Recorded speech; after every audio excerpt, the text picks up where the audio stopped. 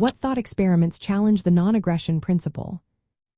Imagine trying to build a world where nobody starts first against others. Sounds simple, right? But when you look closer, tricky questions pop up that challenge this idea. The non-aggression principle, or NAP, says you should never initiate force or aggression against someone else or their property. It's a key idea in libertarian thinking. But some thought experiments make us wonder if this rule can cover every situation.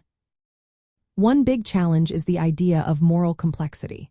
The NAP treats aggression as always wrong, but what if not acting could cause harm? For example, if you see someone about to hurt another person, should you intervene? Or if you ignore a threat, are you letting aggression happen? Strictly following the NAP might make it hard to decide what's right in these cases. It shows that sometimes morality isn't black and white. Another tricky area involves threats. Imagine someone points a gun and demands money. No one gets shot yet, but the threat itself is considered aggression. The NAP says threats are aggression too, but that makes it hard to decide when a threat becomes actual violence. Should we treat all threats as aggression, or only when they are carried out? This blurs the line between words and actions. Then there is the question of taxes and government. Libertarians often debate if taxation counts as aggression. If the government uses force to collect taxes, is that a violation of the NAP?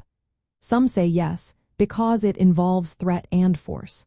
Others argue that certain government functions like defending the country might justify some use of force.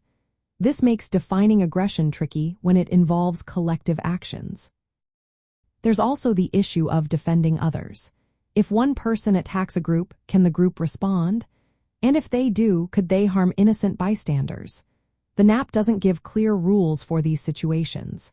How much force is okay? When does defending turn into aggression?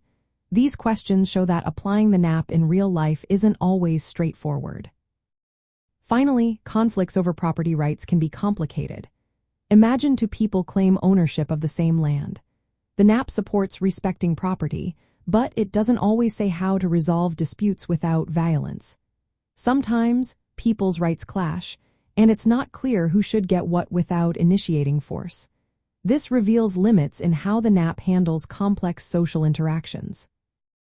All these thought experiments show that while the non-aggression principle is a strong foundation for respecting individual rights, it can't answer every moral dilemma on its own. Libertarians often see it as a core idea, but they also recognize the need for other principles or social rules to guide how we interpret and apply it. This helps keep the focus on minimizing force while dealing with the messy realities of human life.